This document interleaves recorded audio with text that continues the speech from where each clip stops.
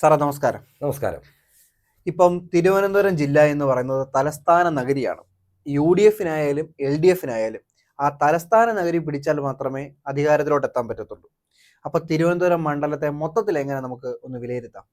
തിരുവനന്തപുരം ജില്ലയല്ലേ ഉദ്ദേശിച്ചത്? അതെ. തിരുവനന്തപുരം തലസ്ഥാന ജില്ലയാണ്. കേരള നിയമസഭയിലെ 10% അംഗങ്ങളെ സംഭാവന ചെയ്യുന്ന ജില്ലയാണ്. അതായത് 14 സീറ്റുകളാണ് തിരുവനന്തപുരം ജില്ലയിലുള്ളത്. ഇവിടെ മറ്റൊരു പ്രത്യേകത എന്ന് പറയുന്നത് കേരളത്തിൽ ഏറ്റവും ശക്തമായ ത്രികോണ മത്സരം നടക്കുന്ന ഒരുപാട് മണ്ഡലങ്ങൾ തിരുവനന്തപുരം ജില്ലയിലാണുള്ളത്. ഇവിടെ നമ്മൾ പറയുകയാണെങ്കിൽ CPM-ഉം BJP-യും കോൺഗ്രസും തുല്യ ശക്തികളാണ്. 2021 CPM-ന് വലിയ മുന്നേറ്റമുണ്ടാക്കാൻ കഴിഞ്ഞ ഒരു ജില്ല കൂടിയാണ്. ആകെയുള്ള 14 സീറ്റുകളിൽ 13 ഇടതുമുന്നണി വിജയിച്ചു കയറി. എന്നാൽ 2026 എത്തുമ്പോഴേക്കും കളം മാറുമെന്നാണ് ഇപ്പോൾ കിട്ടുന്ന റിപ്പോർട്ടുകൾ സൂചിപ്പിക്കുന്നത്.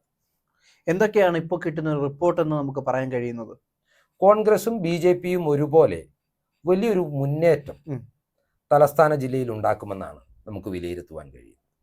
BJP-യെ സംബന്ധിച്ച് 2024 പാർലമെന്റ് തിരഞ്ഞെടുപ്പിന്റെ കണക്കുകൾ എടുത്തു നോക്കുകയാണെങ്കിൽ ഇവിടെ 4-5 സീറ്റുകളിൽ, നിയമസഭാ സീറ്റുകളിൽ അവർ 1-ാം സ്ഥാനത്തെത്തുന്ന രീതിയിൽ വോട്ടുകൾ അവർക്ക് ലഭിച്ചിരുന്നു. അതുകൊണ്ട് തന്നെ ഈ മണ്ഡലങ്ങൾ കേന്ദ്രീകരിച്ച് പ്രവർത്തിക്കാനായിരിക്കും BJP ശ്രദ്ധിക്കുക. കോൺഗ്രസ്, എൻ്റെ ധാരണ ശരിയാണെങ്കിൽ 5 മണ്ഡലങ്ങളിൽ വിജയിക്കുവാനുള്ള കൃത്യമായ പദ്ധതികളാണ് ആസൂത്രണം ചെയ്തിരിക്കുന്നത്.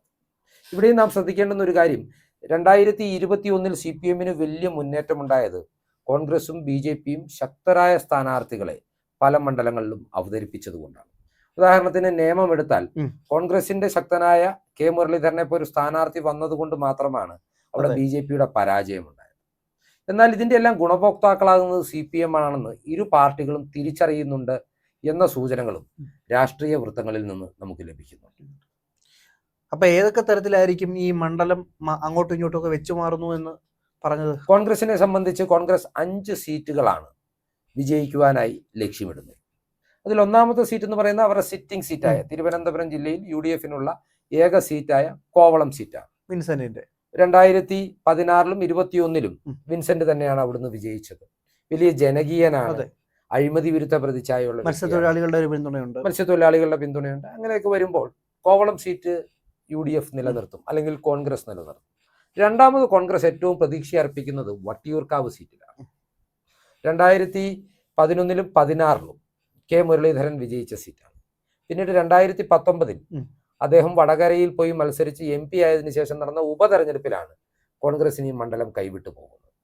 അപ്പൊ BJP-യോട് ആണ് മുരളീധരന്റെ 2016-ലെ നേരിട്ടുള്ള പോരാട്ടം ഉണ്ടായത്, കുമ്മനം രാജശേഖരൻ മത്സരിച്ചു.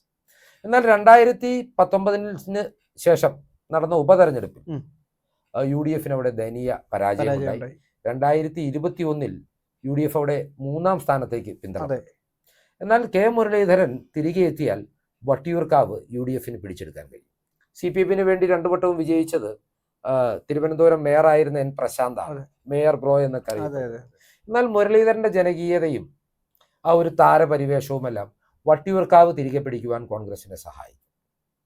3-ാമത് കോൺഗ്രസ് ലക്ഷ്യമിടുന്ന മണ്ഡലം എന്ന് പറയുന്നത് തിരുവനന്തപുരം സെൻട്രലാണ്. കഴിഞ്ഞ വട്ടം VS ശിവകുമാർ 7000-ഓളം വോട്ടുകൾക്കാണ് അവിടെ ആന്റണി രാജുവിനോട് പരാജയപ്പെടുന്നത്. എന്നാൽ ഇത്തവണ കോൺഗ്രസ് അവിടെ ഒരു സ്ഥാനാർത്ഥിയെ മാറ്റി പരീക്ഷിക്കുവാനുള്ള സാധ്യതകൾ. കഴിഞ്ഞ വട്ടം കോൺഗ്രസിന് നഷ്ടപ്പെട്ടു പോയ സിറ്റിംഗ് സീറ്റായിരുന്നു അരുവിക്കര. തീർച്ചയായിട്ടും. അപ്പോൾ അരുവിക്കരയിലെയും തിരുവനന്തപുരം സെൻട്രലിലെയും സ്ഥാനാർത്ഥികളെ അങ്ങോട്ടും ഇങ്ങോട്ടും മാറി പരീക്ഷിക്കുവാനാണ് കോൺഗ്രസ് ആഗ്രഹിക്കുന്നത്. അതായത് ശബരിനാഥൻ തിരുവനന്തപുരം സെൻട്രലിലേക്ക് എത്തുകയും ശിവകുമാർ അരുവിക്കരയിലേക്ക് മാറുകയും ചെയ്തു. അങ്ങനെ വന്നാൽ ഈ 2 മണ്ഡലങ്ങളും പിടിച്ചെടുക്കുവാൻ കഴിയുമെന്നാണ്. കാരണം കഴിഞ്ഞ വട്ടം അരുവിക്കരയിലെ പരാജയവും 5000-ഓളം വോട്ടുകൾക്കായി. 5012. അപ്പോൾ ശിവകുമാറിനെ പോലെ ഒരു തെരഞ്ഞെടുപ്പ് തന്ത്രജ്ഞനെ അരുവിക്കരയിലേക്ക് വിട്ടാൽ അവിടെ വിജയിച്ചു കയറാമെന്നാണ് UDF വിലയിരുത്തുന്നത്. മറിച്ച് ഇപ്പുറത്ത് തിരുവനന്തപുരം സെൻട്രൽ സീറ്റിൽ ആന്റണി രാജുവിന് ഇപ്പോൾ ലത്തീൻ സഭയുടെ പിന്തുണയൊന്നും ഇല്ല. കഴിഞ്ഞ വട്ടം അദ്ദേഹത്തിന്റെ വിജയത്തിന് നിർണായകമായത് ഈ ലത്തീൻ സഭയുടെ വലിയ പിന്തുണയായിരുന്നു. ശിവകുമാറിനെ കുറിച്ചുള്ള ഒരു പ്രതിച്ഛായ വിഷയങ്ങൾ ഉണ്ടായിരുന്നു. എന്നാൽ ഇതെല്ലാം അതിജീവിച്ച് ഇത്തവണ ശബരിനാഥൻ അവിടെ നിന്ന് വിജയിക്കുവാൻ കഴിയുമെന്നും വിലയിരുത്തലുകൾ പുറത്തു വരുന്നുണ്ട്. അല്ല, അരുവിക്കര പോലൊരു കൈവെള്ളയിൽ UDF-ന് ബൂത്ത് തലത്തിൽ പോലും ആളുകളുള്ളൊരു മണ്ഡലം കൊണ്ടുപോയി കളഞ്ഞു എന്നൊരു പഴി കൂടി കേൾക്കുന്ന ഒരു ശബരിനാഥ്, തീർച്ചയായും വ്യക്തിയാണ് ശബരിനാഥിനെ കുറിച്ച് അങ്ങനെ ആക്ഷേപങ്ങളുണ്ട്. എന്നാലും ഒരു നഗര കേന്ദ്രീകൃത മണ്ഡലത്തിലേക്ക് ശബരിനാഥനെ പോലൊരു യുവ സ്ഥാനാർത്ഥിയെ പരീക്ഷിക്കുന്നതിൽ തെറ്റില്ല എന്നാണ് UDF ഇപ്പോൾ വിലയിരുത്തുന്നത്. അഞ്ചാമത്തെ മണ്ഡലം എന്ന് പറയുന്നത് വർക്കലയാണ്. കഴിഞ്ഞ വട്ടം BRM ഷഫീർ 17,000-ഓളം വോട്ടുകൾക്കാണ് ഈ മണ്ഡലത്തിൽ നിന്ന് പരാജയപ്പെട്ടത്. എങ്കിൽ കൂടിയും ആ തെരഞ്ഞെടുപ്പിൽ മുസ്ലിം ന്യൂനപക്ഷ വോട്ടുകൾ കോൺഗ്രസിനെതിരായി. പക്ഷെ 2026 BRMനെ വീണ്ടും ഒരിക്കൽ കൂടി പരീക്ഷിച്ചാൽ അദ്ദേഹം മണ്ഡലത്തിൽ സജീവമാണ്. അദ്ദേഹം ന്യൂനപക്ഷ വിഭാഗത്തിൽ നിന്നുള്ള ആളാണ്. മുസ്ലിം വോട്ടുകൾ UDFിലേക്ക് തിരികെ വരുമെന്നാണ് ഇപ്പോൾ കോൺഗ്രസും മുസ്ലിം ലീഗും എല്ലാം വിലയിരുത്തുന്നത്. ഈ സാഹചര്യത്തിൽ വർക്കലയിലും വിജയം കൊയ്യുവാൻ കഴിയുമെന്ന് കോൺഗ്രസും UDFും വിലയിരുത്തുന്നു. ഇതാണ് കോൺഗ്രസിനെ സംബന്ധിച്ചുള്ള അല്ലെങ്കിൽ UDFിനെ സംബന്ധിച്ചുള്ള വിജയസാധ്യത കൽപ്പിക്കുന്ന 5 സീറ്റുകൾ. മറിച്ച് BJPയെ സംബന്ധിച്ച് നോക്കുമ്പോഴോ, BJPയെ സംബന്ധിച്ച് നോക്കുകയാണെങ്കിൽ തീർച്ചയായും ഒന്നാമത്തെ സീറ്റ് എന്ന് പറയുന്നത് നേമം തന്നെ. അതെ, 2016 O രാജഗോപാൽ വിജയിച്ച മണ്ഡലമാണ്. കഴിഞ്ഞ വട്ടം മുരളീധരന്റെ ഒരു സാന്നിധ്യമാണ് BJP അവിടെ പരാജയപ്പെട്ടത്. എന്നാൽ ഇത്തവണ അത് ഉണ്ടാവില്ല എന്നാണ് BJPയുടെ വിലയിരുത്തൽ. രാജീവ് ചന്ദ്രശേഖരൻ എന്ന സ്ഥാനാർത്ഥിക്കും വലിയ സ്വീകാര്യത ലഭിച്ചതാണ്. അതുകൊണ്ട് BJPയുടെ സംസ്ഥാന അധ്യക്ഷനായ രാജീവ് ചന്ദ്രശേഖർ തന്നെയായിരിക്കും നേമത്ത് മത്സരിക്കുക എന്നാണ് പൊതുവിലയിരുത്തൽ. പുതിയ സംസ്ഥാന പ്രസിഡന്റ് വന്നിട്ടുണ്ടാകുന്ന ഇലക്ഷൻ എന്ന് പറഞ്ഞാൽ അദ്ദേഹത്തിനെ സംബന്ധിച്ചിടത്തോളം ഒരു ജീവൻ മരണ പോരാട്ടമാണ്. അതുകൊണ്ട് അദ്ദേഹത്തോട് അടുത്ത വൃത്തങ്ങൾ വ്യക്തമാക്കുന്നത് തിരുവനന്തപുരത്ത് നിന്ന് 3 സീറ്റുകളെങ്കിലും അവർ ഉറപ്പിക്കുമെന്നാണ് പറയുന്നത്. രണ്ടാമത്തെ സീറ്റ് എന്ന് പറയുന്നത് കഴക്കൂട്ടമാണ്. അടുത്ത തവണ ഈ 2 ടേം മാനദണ്ഡം കൂടി നടപ്പാകുന്നതോടുകൂടി കടകംപള്ളി സുരേന്ദ്രൻ മാറി നിൽക്കേണ്ടുന്ന ഒരു സാഹചര്യവും ഉണ്ടാവും. അങ്ങനെ വരുമ്പോ അവിടെ കഴിഞ്ഞ വട്ടവും ശോഭാ സുരേന്ദ്രൻ 2ാം സ്ഥാനത്തെത്തിയ മണ്ഡലമാണ്. അത് അവിടെ V മുരളീധരനായിരിക്കും BJPക്ക് വേണ്ടി മത്സര രംഗത്തിറങ്ങുക. അദ്ദേഹത്തിനും വലിയ വിജയസാധ്യത അവിടെ കൽപ്പിക്കാവുന്നതാണ്. മൂന്നാമത്തെ സീറ്റ് എന്ന് പറയുന്നത് PK കൃഷ്ണദാസ് കഴിഞ്ഞ വട്ടം മത്സരിച്ച കാട്ടാക്കട. അവിടെയും നമ്മൾ ശ്രദ്ധിക്കണം, ലോക്സഭാ തെരഞ്ഞെടുപ്പിൽ ഈ 3 മണ്ഡലങ്ങളിലും BJP 1ാം സ്ഥാനത്തെത്തിയതാണ്. അവിടെ PK കൃഷ്ണദാസോ അദ്ദേഹത്തിന്റെ അഭാവത്തിൽ VV രാജേഷോ മത്സരിക്കുവാനുള്ള കൗൺസിലറായിരുന്നു. അവിടുത്തെ കോർപ്പറേഷനിലെ കൗൺസിലറായിരുന്ന BJPയുടെ ജില്ലാ അധ്യക്ഷനായിരുന്ന VV രാജേഷ് മത്സരിക്കുമെന്നാണ് വിലയിരുത്തപ്പെടുന്നത്. രാജീവ് ചന്ദ്രശേഖരനോട് ഏറെ അടുപ്പം പുലർത്തുന്ന ഒരു വ്യക്തിയാണ്. അതുകൊണ്ട് VV രാജേഷിനെ ഒരു യുവ പ്രാതിനിധ്യം എന്ന പേരിൽ അവിടെ ഉൾപ്പെടുത്തി വിജയിപ്പിക്കുവാൻ കഴിയുമെന്നാണ്. അങ്ങനെ വരുമ്പോൾ ഇപ്പോൾ 8 മണ്ഡലങ്ങൾ. ഈ 8 മണ്ഡലങ്ങളിൽ 7 എണ്ണവും നഷ്ടപ്പെടുന്നത് ഇടതുമുന്നണിക്കാണ്. അതുകൊണ്ടാണ് ഞാൻ പറഞ്ഞത്, കൃത്യമായി വിലയിരുത്തിയാൽ 14 സീറ്റുകളുള്ള തലസ്ഥാന ജില്ലയിൽ CPMനും ഇടതുമുന്നണിക്കും വലിയ നഷ്ടങ്ങൾ ഉണ്ടാകും. എന്നിരുന്നാൽ പോലും അവർ തന്നെയായിരിക്കും ഏറ്റവും വലിയ ഒറ്റക്കക്ഷി എന്ന് പറയുന്നത്. 6 സീറ്റ് ഇടതുമുന്നണിക്ക് നേടാൻ കഴിയും. കോൺഗ്രസ് തൊട്ടു പിന്നിൽ 5 സീറ്റുകളുമായി വലിയ മുന്നേറ്റം ഉണ്ടാക്കും. കോൺഗ്രസിന് 5 സീറ്റുകൾ എന്ന് പറയുമ്പോൾ 4 സീറ്റുകൾ അധികമായി പിടിക്കുകയാണ്. BJP 0-ൽ നിന്ന് 3-ലേക്ക് ഉയർന്നു വരും.